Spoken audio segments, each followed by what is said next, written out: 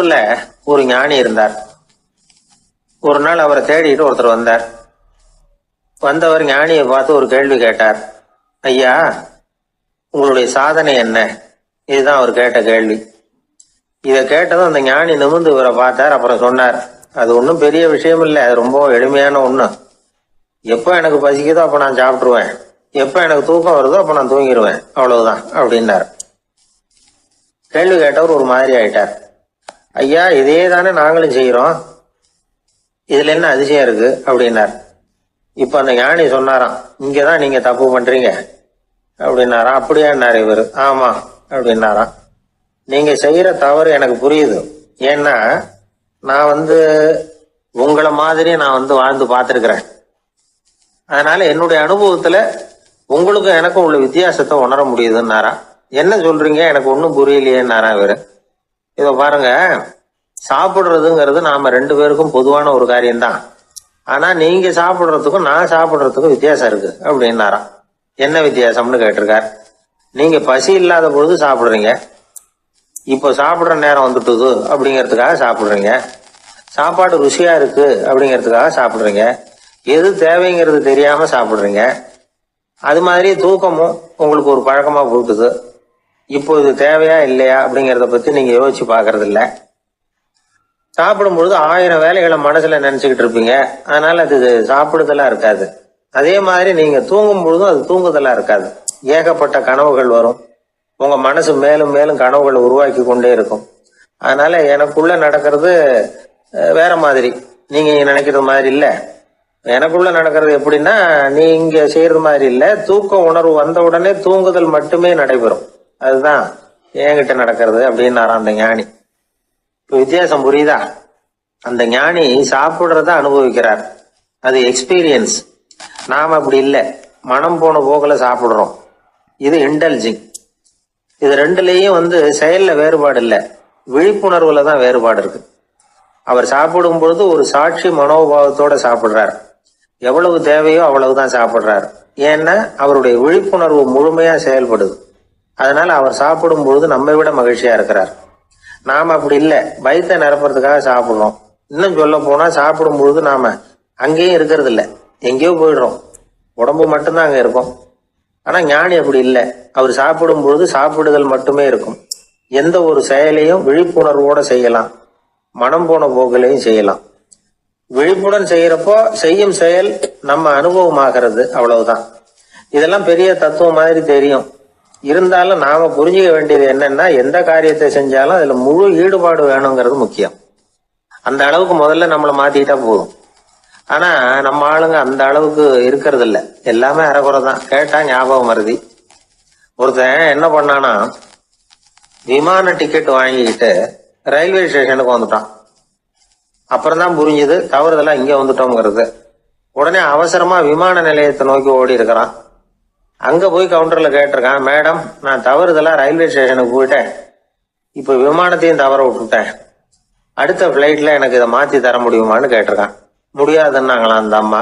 ஏன்னு கேட்டானா, ஏன்னா இப்ப நீங்க வந்திருக்கிறது பஸ் ஸ்டாண்டு அப்படின்னாங்களாம்.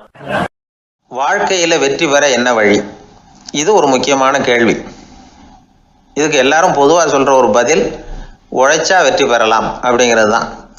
வாழ்க்கையில வெற்றி பெற உழைப்பு மட்டும் இருந்தா போதாது, நேர்மையும் வேணும் அப்படிங்கிறார் பால் ஹாஃப்மேன். இவர் யார் தெரியுமா? இவர் ஒரு பெரிய பொருளாதார நிபுணர். 2வது உலகப் போர் முடிஞ்ச சமயம் அப்போ இவர் அமெரிக்காவின் நிதி ஆலோசகராக இருந்தார். தன்னுடைய வாழ்க்கையில நடந்த பழைய நிகழ்ச்சி ஒன்று அவர் சொன்னார். இளம் வயசுல படிச்சு முடிச்சதும் அவர் வேலை தேடிக்கிட்டு இருந்தாராம். அப்போ ஒரு கால்நடை வைத்தியர்கிட்ட போய் வேலை கேட்டிருக்காரு. இவர் அங்க போன சமயத்துல அந்த டாக்டர் தன்னுடைய பழைய கார் ஒன்றை விற்பனை செய்யறதுக்காக வேற ஒருத்தர்கிட்ட பேரம் பேசிக்கிட்டு இருந்தார். வாங்க வந்தவர் இவர்கிட்ட அந்த காரை பற்றின விவரம்லாம் கேட்டுக்கிட்டு இருந்தார். கார் நல்ல நிலைமையில் இருக்குமா அப்படிங்கிற கவலை அவருக்கு. எல்லா விவரங்களையும் கேட்டுக்கிட்டு அவர் கடைசியா சொன்னார், டாக்டர், இந்த காரை நீங்களே என்னுடைய ஊருக்கு ஓட்டிட்டு வர வேண்டியது. கார் எந்த ரிப்பேரும் ஆகாம என்னுடைய ஊருக்கு சேர்ந்துட்டுதுன்னா அங்கேயே நான் பணம் கொடுத்து இந்த காரை வாங்கிக்கிறேன் அப்படின்னார். நம்ம கார் அவ்வளவு தூரத்துக்கு வழியில் எந்த கோளாறும் இல்லாமல் போய் சேருமா அப்படிங்கிற சந்தேகம் டாக்டருக்கு. அவர் என்ன செஞ்சார் தெரியுமா? தன்கிட்ட வேலை கேட்டு வந்திருந்த இளைஞர் பால் ஹாஃப்மேனை கூப்பிட்டார். அவர்கிட்ட சொன்னார், இதை பாருப்பா, இந்த காரை நீ அவருடைய ஊர் வரைக்கும் நல்லபடியாக ஓட்டிகிட்டு போய் சேர்த்துட்டீன்னா உனக்கு நான் வேலை கொடுத்து விட்றேன். அது மட்டும் இல்லை, காரு விற்கிற தொகையில் கமிஷனும் கொடுக்குறேன், என்ன சம்மதமா அப்படின்னு கேட்டார். ஹாஃப்மேன் யோசனை பண்ணார். அதுக்கப்புறம் சரின்னு சொல்லி சம்மதிச்சார். கொஞ்ச நேரத்தில் அவரும் கார் வாங்க வந்தவரும் புறப்பட்டாங்க. இவர் ரொம்ப சிரமப்பட்டு வழியில் எங்கேயும் நிறுத்தாமல் காரை ரொம்ப சாமர்த்தியமாக ஓட்டிகிட்டு போய் சேர்த்துட்டார். இவரை அழைச்சிக்கிட்டு வீட்டுக்குள்ளே போனார். அப்புறம் கேட்டார், இதை பார்ப்பா, இப்போ சொல்லு, இந்த காரோட நிலைமை இப்போ எப்படி இருக்குது? உண்மையிலேயே இது நல்ல நிலைமையில் இருக்குதா? உன்னுடைய மனசாட்சிப்படி பதில் சொல் அப்படின்னார். இவரும் உடனே காரு நல்ல நிலைமையில தான் இருக்குது அப்படின்னு சொல்கிறதுக்கு வாயை திறந்தார். அதுக்குள்ள பார்வை எதிரில் உள்ள சுவர் மேலே பட்டுது. அங்கே இயேசுநாதர் படம் ஒன்று மாட்டியிருந்தாங்க. அதுக்கு அடியில் எழுதியிருந்த வாசகம் என்னன்னா, நீ பேசும் ஒவ்வொரு வார்த்தையையும் இயேசு கவனித்து கொண்டிருக்கிறார் அப்படின்னு இருந்தது. அந்த வரிகளை பார்த்தார். உடனே காரு சரியில்லை அப்படிங்கிற உண்மையை சொல்லிவிட்டார். இவர் இப்படி சொன்னதும் இவரை ரொம்ப ஆச்சரியமா பார்த்தார். இவர்கிட்ட இருந்த நேர்மை அவரை சிந்திக்க வச்சது. உன்னுடைய நேர்மையை பாராட்டுறேன், உனக்கு கமிஷன் கிடைக்கணுங்கிறதுக்காகவே நான் இந்த காரை வாங்கிக்கிறேன்னார். இப்போ அவர் திகைச்சு போய் நின்னார். மறுபடியும் அவர் சொன்னார், நீ காரை ஓட்டிட்டு வரும்பொழுதே உன்னுடைய திறமையை பார்த்தேன், உனக்கு விருப்பம் இருந்தால் நீ என்கிட்டயே வேலைக்கு சேர்ந்துடலாம் அப்படின்னார். பால் ஹாஃப்மேன் அவர்கிட்ட வேலைக்கு சேர்ந்தார். படிப்படியாக முன்னேறினார்.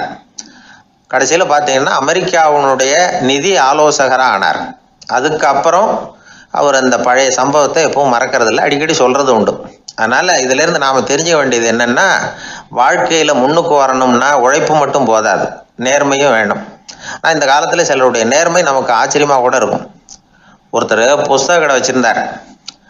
ரொம்ப நேரமாக தேடி ஒரு புத்தகத்தை கையில் எடுத்தார். அதுக்கு பில் போட சொன்னார். அந்த புத்தக கடைக்கு வந்த இன்னொருத்தர் பில் போடுறவர், சார் இந்த புத்தகம் மகா அறுவை, மகா மட்டம், இது வேணாம் உங்களுக்கு, வேற ஏதாவது ஒன்று பாருங்கன்னார். புத்தக கடை வச்சிருக்கிறவரே இப்படி சொன்னார். வாங்க வந்தவர் இவர் ஆச்சரியமாக பார்த்தார். உங்கள் நேர்மையை பாராட்டுறேன், அது சரி, இந்த புத்தகத்தை ஏற்கனவே நீங்கள் படித்து பார்த்துட்டீங்களான்னு கேட்டார். அதை படித்து வேற பார்க்கணுமான்னார். அப்புறம் எப்படி இது மகாமட்டம்னு சொல்கிறீங்க அப்படின்னார். அதை எழுதினவனே நான் தான் சார் அப்படின்னார் அவர். இது ஒரு விதமான நேர்மை, நேர்மையை ஒத்துக்கிறது. எப்படி இருந்தாலும் வாழ்க்கையில் உழைப்பும் நேர்மையும் உயர்வதற்கு வழிகள். உழைப்பை விட நேர்மை முக்கியம் அப்படிங்கிறத புரிந்து கொண்டால் வாழ்க்கையில் வெற்றி நிச்சயம். சீடன் வெளியூர் புறப்படுறதுக்கு தயாராக இருந்தான். ரொம்ப தூரம் போக போகிறான். திரும்பி வர நாளாகும். புறப்படுறதுக்கான ஆயத்த வேலைகளில் ஈடுபட்டிருந்தான். அந்த சமயம் பார்த்து இன்னொரு சீடன் அவங்கிட்ட வந்தான். நம்ம குரு உன்னை அழைச்சிட்டு வர சொன்னார், வா அப்படின்னு கூப்பிட்டான். இவன் உடனே புறப்பட்டு போனான். குருநாதரை பார்த்தான். அவர் காலில் விழுந்து வணங்கினான். வணங்கிவிட்டு எழுந்திரிச்சான். அவ்வளவுதான். குரு ஏதாவது உபதேசம் பண்ணுவாருன்னு எதிர்பார்த்தான். ஆனால் நடந்தது என்ன தெரியுமா? குரு அவனுக்கு ஓங்கி ஒரு அடி கொடுத்தார். எதிர்பாராம இந்த அடியை வாங்கினதும் அந்த சீடன் அதிர்ந்து போயிட்டான். பக்கத்தில் இருந்த மற்ற சீடர்களும் திகைச்சு போய் நின்றுட்டாங்க. அடி வாங்கின சீடனுக்கு மனசுக்குள்ள குழப்பம். நாம என்ன தப்பு பண்ணணும்? புறப்படுற நேரத்துல இப்படி குரு கிட்ட அடி வாங்குற மாதிரி ஆயிட்டுதே அப்படின்னு நினைச்சு மனசுக்குள்ள ரொம்ப வேதனைப்பட்டான். கொஞ்சம் துணிச்சலை வரவழைச்சுக்கிட்டு குருநாதர்கிட்டயே கேட்டுட்டான், சுவாமி, நான் என்ன தப்பு பண்ணினேன்? என்னை இப்படி அடிச்சுட்டீங்களே, ஒரு வார்த்தை கூட உங்களை எதிர்த்து நான் பேசினது இல்லையே, இவ்வளவு காலமா உங்க விருப்பத்துக்கு விரோதமா ஒரு காரியம் கூட நான் செஞ்சது இல்லையே, வந்ததும் வராததுமா ஒண்ணுமே சொல்லாம என்ன அடிச்சுட்டீங்களே, குருவே, நான் செஞ்ச குற்றம் தான் என்ன அப்படின்னு கண்ணீரோட பரிதாபமா கேட்டானா அந்த சீடன். ஆனா அந்த குரு முகத்துல கொஞ்சம் கூட கோபம் இல்லை. அவர் சிரிச்சுக்கிட்டே நின்றுகிட்டு இருந்தாராம். அதுக்கப்புறம் சொன்னாராம், என்னுடைய அருமை சீடனே, நீ ஒரு தவறும் பண்ணல. நான் உன்னை அடிச்சது நீ ஏதோ தப்பு பண்ணிவிட்டேங்கிறதுக்காக இல்லை. நீண்ட பயணம் போக போறேன், ஞாபகமா ஏதாவது கொடுத்து அனுப்ப வேணாமா? நீ ஞானம் பெற்ற பிறகுதான் திரும்பி வர போறேங்கிறது எனக்கு தெரியும். அதுக்கு பிறகு உன்னை வந்து அடிக்க முடியுமா? அதனால இப்ப கிடைச்சிருக்கிற இந்த வாய்ப்பை பயன்படுத்திக்கிட்டேன். அப்போதைக்கு இப்பவே அடிச்சுட்டேன், அவ்வளவுதான், வேற ஒண்ணும் இல்லை அப்படின்னாராம். குரு சிரிச்சுக்கிட்டே இப்படி சொல்றார். இருந்தாலும் இதுவும் ஒரு உபதேசம் தான். அதிர்ச்சிகளால விழிப்படைய வைக்கிறதும் ஒரு வழிதான். இது ஜென் வழி. பெரும்பாலும் அதிர்ச்சியின் மூலமாகவே ஞான தரிசனத்தை அருள்கிறவர்கள் தான் ஜென் குருமார்கள். நம்ம தியானம் தான் ஜென். இந்தியாவிலிருந்து இது சீனாவுக்கு போய் கொஞ்சம் பேர் மாறி வளம் பெற்று ஜப்பான்ல ஜென் ஆகி வளர்ந்துருக்குது, அவ்வளவுதான். ஜென்கிறது தியானம். எதை நினைச்சும் தியானிக்கிறது இல்லை, எல்லாத்துலயும் தியானம் இருக்கிறதா சொல்லுது ஜென். பேசுறது, இருக்கிறது, நடக்கிறது, சாப்பிடுறது, சிரிக்கிறது, தூங்குறது, தொழில் செய்யறது அல்லது சும்மா இருக்கிறது எல்லாமே தியானம் தான். ஜென்கிறது ஒரு சுய தரிசனம், தன்னைத்தானே அடையாளம் கண்டுகொள்ளுகிறது தான். அது இல்லாத எதையும் தேடி கண்டுபிடிக்கிறது இல்லை. ஜென் மார்க்கத்தை பத்தி ஓஷோ என்ன சொல்றாரு தெரியுமா? காணாமல் போன தன்னுடைய மூக்கு கண்ணாடி தன்னுடைய மூக்கின் மேல் இருப்பதை கண்டுகொள்வது போன்றது ஜென் அப்படிங்கிறார். நம்மால் இன்னொருத்தர் முகத்தை ரொம்ப நேரமா உத்து பார்த்துக்கிட்டு இருந்தார். என்ன பாக்குறீங்கன்னாரு அவரு. நீங்க போட்டிருக்கீங்களே மூக்கு கண்ணாடி, அதை தான் பாக்குறேன்னாரு இவரு.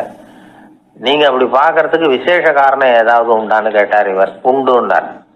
என்னன்னு கேட்டார். நேத்திக்கு காணாம போன என்னோட மூக்கு கண்ணாடி அது அப்படின்னாராம் இவர். ஒரு பூங்கா, அங்க ஒருத்தர் நின்றுட்டு இருக்கிறார். நின்றுகிட்டே ஏதோ ஆழ்ந்த யோசனையில இருக்கிறார். அந்த பக்கமா இன்னொருத்தர் வந்தார். இவரை கவனிச்சார். என்ன யோசனைன்னு கேட்டார். எப்படி எழுந்திருக்கிறதுன்னு யோசனை பண்ணிட்டு இருக்கிறேன்னாரு அவர்.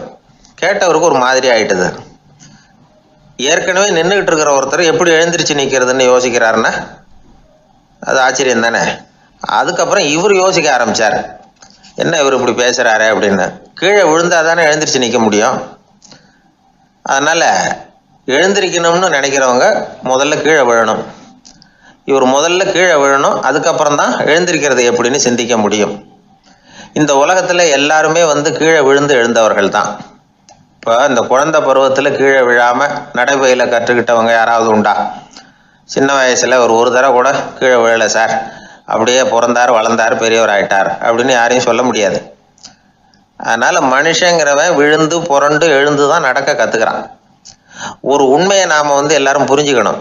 இந்த உலகத்துல தவறு செய்யாத மனிதர்களே யாரும் கிடையாது.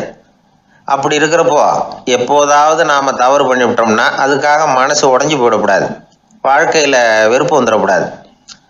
ஒரு தவறு நடந்துட்டுதா அதுக்காக மனசு உடைஞ்சு போடாதீங்க, அதை ஒரு பாடமா எடுத்துக்கங்க. அதே தவறு மறுபடியும் நடக்காம வேணும்னா பாத்துக்கலாம், அது போதும். தடைக்கல்ல படிக்கல்லாம் மாத்திக்கணும், இதுதான் இதுல முக்கியம்.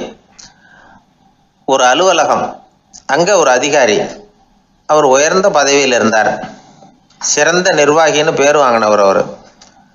அவர் தனக்கு கீழே வேலை செய்யறவங்க கிட்ட எல்லாம் சொல்லுவாராம், இந்த நிறுவனத்துல நீங்க எத்தனை தடவை வேணும்னாலும் தவறுகள் செய்யலாம், ஆனா ஒரே விஷயம் என்னன்னா ஒரே தவறை மறுபடியும் செய்யக்கூடாது, அது முக்கியம் அப்படின்பாராம். இதை மேம்போக்கா பார்த்தா அவர் ஏதோ தன்னுடைய ஊழியர்களை தவறு செய்ய தூண்டுறது மாதிரி தெரியும். ஆனா உண்மை அப்படி இல்லை. இன்னைக்கு என்ன நடக்குது தெரியுமா? அநேகமா எல்லா மனிதர்களுமே ஒரே தவறை தான் மறுபடியும் மறுபடியும் செய்யறாங்க. விளையாட்டு வீரர்கள் ஒரே மாதிரியான தவறுகளை திரும்ப திரும்ப செய்யறது உண்டு. கணக்கு எழுதுறவங்கள பாருங்க, ஒரே தப்பை மறுபடியும் மறுபடியும் செய்வாங்க.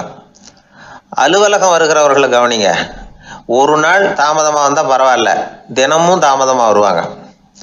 இது மாதிரி செய்த தவறையே திரும்ப திரும்ப செய்யறதுக்கு என்ன காரணம் அப்படின்னா சோம்பல், ஞாபக மறதி, கவனக்குறைவு, தன்னுடைய திறமை பேர்ல அளவுக்கு மீறிய நம்பிக்கை, இப்படி இதில் ஏதாவது ஒரு காரணமா இருக்கலாம் அப்படிங்கிறாங்க இது பற்றி ஆய்வு செய்கிற வல்லுநர்கள். ஒரு தடவை செஞ்ச தவிர மறுபடியும் செய்யறது இல்லைன்னு முடிவு செஞ்சுக்கிட்டு அதை செயல்படுத்த கத்துக்கணும், அது போதும், வாழ்க்கை வெற்றிகரமா அமையும் அப்படிங்கிறாங்க அந்த அனுபவசாலிகள். அதனால வெற்றிகரமா வாழ்க்கையில நடைபோட விரும்பும் இளைஞர்கள் தவிர்க்க வேண்டியது என்னன்னா, முதல்ல சோம்பலை தவிருங்கள், சுறுசுறுப்பாக இயங்குங்கள் அப்படிங்கிறது அவங்க அறிவுரை. ரெண்டாவது ஞாபக மறதி, எந்த செயல்லையும் ஈடுபாடு வேணும், அக்கறை வேணும். மூணாவது கவனக்குறைவு, எதையும் அலட்சியப்படுத்தக்கூடாது. நாலாவது என்னால முடியாதது எதுவுமே கிடையாது அப்படிங்கிற அளவுக்கு மீறிய நம்பிக்கை, அது ஆபத்துல கொண்டு போய் விட்டுரும். அதனால முதல் தவறு உங்களுக்கு ஒரு பாடமா அமையணும். ஒரு மனிதர் அவர் தன்னுடைய 2 காதுலையும் கட்டு போட்டுக்கிட்டு வந்தார். அவருடைய நண்பர் அதை கவனிச்சுட்டார். என்ன சார் ஆச்சு, 2 காதுலையும் கட்டு போட்டுருக்கீங்களே அப்படின்னு விசாரிச்சார். ஒண்ணுமில்லை சார், வீட்டில் ரொம்ப ஆர்வமா டிவியில கிரிக்கெட் மேட்ச் பார்த்துக்கிட்டு இருந்தேன், அப்போ என்னுடைய மனைவி துணிகளுக்கு அயர்ன் பண்ணிட்டு இருந்தாங்க. அயர்ன் பாக்ஸை அப்படியே வச்சுட்டு அடுப்பங்கரைக்கு போயிட்டாங்க. அந்த சமயம் பார்த்து டெலிஃபோன் பண்ணி அடிச்சுது. அவசரமா ஓடி போய் அதை எடுத்து காதில் வச்சேன். அப்போதான் தெரியும் அது அயர்ன் பாக்ஸுங்கிற விஷயம். சூடா இருந்ததா, சுட்டு விட்டுது அப்படின்னாரு. ஒரு காது சரி சார், 2 காதும் ஏன் அப்படி ஆச்சு அப்படின்னு கேட்டார். அதே ஆளு மறுபடியும் ஃபோன் பண்ணா சார் அப்படின்னாரு. இவர் எவ்வளவு தூரம் யோசிச்சிருப்பாரு பாருங்க. அதனால ஒரு தவறு மறுபடியும் நடக்கக்கூடாது. முதல் தவறு உங்களுக்கு ஒரு பாடமாக அமையட்டும் அப்படிங்கிறது தான் இதுல இருந்து நாம தெரிந்து கொள்ள வேண்டிய கருத்து. அதனால தவறுகள் அதெல்லாம் தடைக்கெல்லாம் நினைக்க வேண்டாம், படிக்கெல்லாம் நினைப்போம். அப்படி நினைச்சோம்னா வாழ்க்கையில வெற்றி நிச்சயம். மனிதர்கள்ல சில பேர் ரொம்ப வித்தியாசமா நடந்துக்குவாங்க. மற்றவங்களுக்கு அது ரொம்ப ஆச்சரியமா கூட இருக்கும். அந்த ஆள் ஒரு மாதிரி பார்த்து நடந்துக்கோ அப்படின்னு கூட சொல்றது உண்டு. இவங்களை பார்த்து நாம பித்து குளியும்போம். உளவியல் இவங்களை எக்ஸென்ட்ரிக்ஸ் அப்படின்னு சொல்லுது. இவங்களை மனநோயாளிகள்னு தவறா புரிஞ்சிக்க கூடாது. அவங்க வேற, இவங்க வேற. எக்ஸென்ட்ரிக்ஸ் பத்தின சில விவரங்கள் ஒரு புத்தகத்துல இருக்கு. அதாவது ஸ்காட்லாந்துல ஒரு உளவியல் மருத்துவர் அதை எழுதியிருக்கிறார். அவர் பேரு டாக்டர் டேவிட் வீக்ஸ். அவருக்கு ஒரு உதவியாளர் இருந்தாராம். அவர் பேரு கேட் வுட். இவங்க 2 பேரும் சேர்ந்து இங்கிலாந்து பூரா சுற்றி பார்த்துருக்காங்க. 3 வருஷம் சுற்றினாங்களாம். நான் சொன்னது மாதிரி ஒரு மாதிரியாக இருக்கிற ஆசாமிகள் பல பேரை சந்தித்து பேசி அவங்கள பற்றி ஆய்வுலாம் நடத்தியிருக்கிறாங்க. அப்படி நடத்தி அதை ஒரு புஸ்தகமாக எழுதியிருக்கிறாங்க. நிறைய பேசி பார்த்துட்டு அவங்க சொல்லியிருக்கிறத கேட்டால் ரொம்ப ஆச்சரியமாக இருக்குது. நாம் இவங்களை பார்த்து பித்துக்குழிங்கிறோம், எக்ஸென்ட்ரிக்ஸ் அப்படின்னு சொல்கிறோம், கிண்டல் கூட பண்ணுறோம். ஆனால் அவங்களோட அறிவு ரொம்ப தெளிவானதான். இந்த ஆராய்ச்சியாளர்கள் சொல்கிறாங்க. அவங்க உடல் நலமும் ரொம்ப நல்லா இருக்குதான், உடம்புலையும் எந்த கோளாறும் இல்லையா. அவங்களுக்கு மகிழ்ச்சியும் அதிகமாக, ஆயுளும் அதிகமாக. அவங்கள பல பேர் என்ன சொல்கிறாங்கன்னா, நீங்கள் நினைக்கிறது மாதிரி இல்லை நாங்கள், ஆனால் நாங்கள் மற்றவங்கள்லேருந்து வேறுபட்ட தன்மை உள்ளவங்க அப்படிங்கிறத ஒத்துக்கிறாங்களாம். இந்த உலகம் பிறந்ததுலேருந்தே இப்படிப்பட்ட வித்தியாசமான ஆசாமிகளும் பிறந்திருக்கிறாங்க. சரி, அப்படிப்பட்டவங்க எப்படி இருப்பாங்க? இப்போ ஒரு மகாராஜா தன்னோட நாய்க்கு லட்சக்கணக்கில் பணம் செலவு பண்ணி கல்யாணம் பண்ணி வச்சிருக்கிறார். ஒரு கோடீஸ்வரர் தான் வளர்த்துக்கிட்டு இருந்த பூனைகளுக்கு தன்னோட சொத்து பூராவை எழுதி வச்சிருக்கிறார். இது மாதிரி ஒருத்தர் 2 பேர் இல்லை, நிறைய பேர் உண்டு. சில பேர் எப்படி தெரியுமா, அவங்களுக்கு வசதியில் எந்த குறையும் இருக்காது. வீடு, காரு, பணம் எல்லாம் தாராளமாக இருக்கும். அப்படி இருந்தாலும் அவங்கக்கிட்ட ஒரு பழக்கம் இருக்கும். யாராவது ஒரு நண்பர் வீட்டு விசேஷத்துக்கு போயிருப்பார், இல்லைன்னா ஒரு கடைக்கு போயிருப்பார். அவங்க ரொம்பவும் மரியாதையாக வரவேற்று எல்லாம் பண்ணிகிட்டு இருப்பாங்க. ஆனால் இவர் அவங்களுக்கு தெரியாமல் ஏதாவது ஒரு பொருளை திருடி பாக்கெட்டில் போட்டுட்டு வந்துடுவார். அப்படி வந்தால் தான் இவருக்கு திருப்தி. பல பேர் அவங்க வளர்த்த பிராணிகளுக்கு பளிங்கு கல்லால் சமாதி கட்டி வச்சிருக்கிறாங்க. இப்படிலாம் பண்ணுறாங்க. பல பேர் அவங்களுக்கு பிடித்தமான ஒருத்தர் எப்படியோ அதே மாதிரி தலைமுடி, தாடி வச்சுக்கிறது, உடை உடுத்திக்கிறது, மலை குகையில் போய் குடியிருக்கிறது, இப்படி எவ்வளவோ வினோதமான நடவடிக்கைகள். இவங்களையெல்லாம் ஆய்வு பண்ணின டாக்டர் வீக்ஸ் என்ன சொல்றாரு தெரியுமா? பொதுவாக இவங்க உயர்ந்த புத்திசாலிகளாக இருக்கிறாங்க. ஒருமைப்பட்ட மனம், கருமையுமே கண்ணான பண்பு, தனிமையை நாடுற மனப்பான்மை எல்லாம் இவங்களுக்கு உண்டு. அவங்கள பல பேர் அவங்க பெற்றோருக்கு முதல் குழந்தை அல்லது ஒரே குழந்தை இப்படிதான் இருக்கிறாங்க. இது மாதிரியானவங்க பெண்கள் 1 பங்குன்னா ஆண்கள் 2 பங்கு. இவங்கெல்லாம் ஆக்கப்பூர்வமான செயல் செய்கிறாங்க. அப்படிப்பட்டவங்களா தான் இருக்கிறாங்க. அடுத்தவங்க கிட்ட அன்பு காட்டுறவங்களா இருக்கிறாங்க, உற்சாகம் ஊட்டுறவங்களா இருக்கிறாங்க. அவங்களுடைய ஆக்கப்பூர்வமான பணிகளுக்கு ஊக்கம் கொடுத்தா அவங்க மன சந்தோஷமும் உடல் நலமும் பெருகும், ஆயுளும் கூடும். இதெல்லாம் அந்த டாக்டருடைய கண்டுபிடிப்பு. பித்துக்குழித்தனத்துக்கும் மனநோய்க்கும் வித்தியாசம் உண்டுங்கிறத சொல்றது தான் இந்த தகவல். அதனால 2ம் ஒன்றுன்னு நினைச்சிடக்கூடாது. ஒரு நண்பன் ஒருத்தனை பற்றி சொல்கிறோம். அவன் எந்த வகைன்னு நீங்களே முடிவு பண்ணுங்களேன். அவன் ஒரு கல்யாண வீட்டுக்கு போய் சாப்பிட்டுட்டு வெளியில் வந்தோம். அவன் கூட வெளியில் வந்த உடனே ரொம்ப நேரமாக தன்னோட செருப்பை தேடிக்கிட்டு இருந்தான். என்னப்பா இன்னுமா உன் செருப்பு கிடைக்கல அப்படின்னு கேட்டோம். இல்லை என்னது முன்னாடியே கிடைச்சுட்டுது, அதை விட நல்லதா ஏதாவது கிடைக்குமான்னு பார்க்குறேன் அப்படின்னா அவன். ஒரே ஒரு ஊரில் ஒரு ராஜா இருந்தார், ரொம்ப நல்லவர். ஒரு நாள் அரண்மனையில் விசாரணை நடந்துகிட்டு இருக்குது. அதில் ஒரு வழக்கு. ஒரு விவசாயி புகார் கொடுக்குறார். என்ன புகார்னா, அவர் வயலில் ஆடுகள் மேய்ஞ்சி பயிரை அழிச்சுட்டுது. நிறைய உழைச்சி செலவு பண்ணி பயிரை உண்டாக்கி வச்சிருந்தேன், எல்லாம் போயிட்டுது. இனிமேல் நான் என்ன செய்யறது? நீங்கள் தான் சரியான தீர்ப்பு வழங்கணும் அப்படின்னார் அந்த விவசாயி. அந்த ஆடுகளுக்கு சொந்தக்காரர் யாருன்னு கண்டுபிடிச்சி அரண்மனைக்கு அழைச்சிட்டு வாங்கன்னு உத்தரவு போட்டார் ராஜா. சேவகர்கள் போனாங்க, ஆளை கண்டுபிடிச்சாங்க, கூப்பிட்டுக்கிட்டு அரண்மனைக்கு வந்துட்டாங்க. ராஜா விசாரணை பண்ணார். அப்புறம் விசாரித்து முடிச்சுவிட்டு தீர்ப்பு வழங்கினார். இந்த விவசாயி அடைந்திருக்கிற இழப்புக்கு ஈடாக உன்னுடைய ஆடுகளை அவங்ககிட்ட கொடுத்துட வேண்டியது அப்படின்னு சொல்லிவிட்டார். உன்கிட்ட இருக்கிற ஆடு பூரா அவன்கிட்ட கொடுத்துரு, அந்த ஆட்டுனால ஏற்பட்ட இழப்பு சரியாக போகட்டும் அப்படின்னு தீர்ப்பு வழங்கிட்டார். அந்த மன்னருடைய மகன் இதை பார்த்துக்கிட்டே உட்காந்துருந்தான். இந்த தீர்ப்பை இன்னும் கூட சிறப்பாக வழங்கலாமே அப்படின்னு நினைச்சான். அப்பா கிட்ட சொன்னான். உடனே அந்த அரசர், சரி நீயே இதுக்கு சரியான தீர்ப்பு சொல்லு அப்படின்னார். அந்த இளவரசன் தீர்ப்பு சொல்றான். அவன் சொன்ன தீர்ப்பு என்னன்னா, உங்ககிட்ட இருக்கிற ஆடுகள் எல்லாத்தையும் ஒரு வருஷ காலத்துக்கு அந்த விவசாயிகிட்ட ஒப்படைச்சிட வேண்டியது. அந்த ஒரு வருஷத்துக்குள்ள அந்த ஆடுகள் போடுற குட்டிகள், பால், எரு எல்லாம் விவசாயி எடுத்துக்க வேண்டியது. ஒரு வருஷத்துக்கு அப்புறம் உங்களுடைய ஆடுகளை நீங்களே திருப்பி வாங்கிக்க வேண்டியது. இதுதான் இளவரசன் சொன்ன தீர்ப்பு. இது சரியான தீர்ப்பு தான். இனிமே என்னுடைய அரச பொறுப்புகளை இளவரசர் வசம் ஒப்படைக்கிறேன் அப்படின்னு சொல்லி ஒப்படைச்சுட்டாராம். அதாவது தாவூத் நபி, சுலைமான் நபி இவர்களுடைய சரித்திரத்தில் இந்த சம்பவம் காணப்படுறதாக ஒரு நண்பர் சொன்னார். ஒரு தண்டனையை பெறுகிறவன் அதுக்கு பிறகு சமூகத்தில் நல்ல விதமாக வாழறதுக்கு வாய்ப்பு இருக்கிறது மாதிரி அமையணும் தீர்ப்பு. அதுக்கு இது ஒரு உதாரணம். சில தீர்ப்புகள் எப்படி அமைஞ்சு விடுதுன்னா, ஒரு தண்டனையை அனுபவிச்சு முடிச்சவன் அதுக்கப்புறம் அவன் இந்த சமூகத்தில் நல்லவனா வாழறதுக்கு நினைச்சா கூட அதுக்கு தகுதி இல்லாதவன் அப்படிங்கிற அளவுக்கு சூழ்நிலை அமைஞ்சிருது. இது சிந்திக்க வேண்டிய ஒரு செய்தி.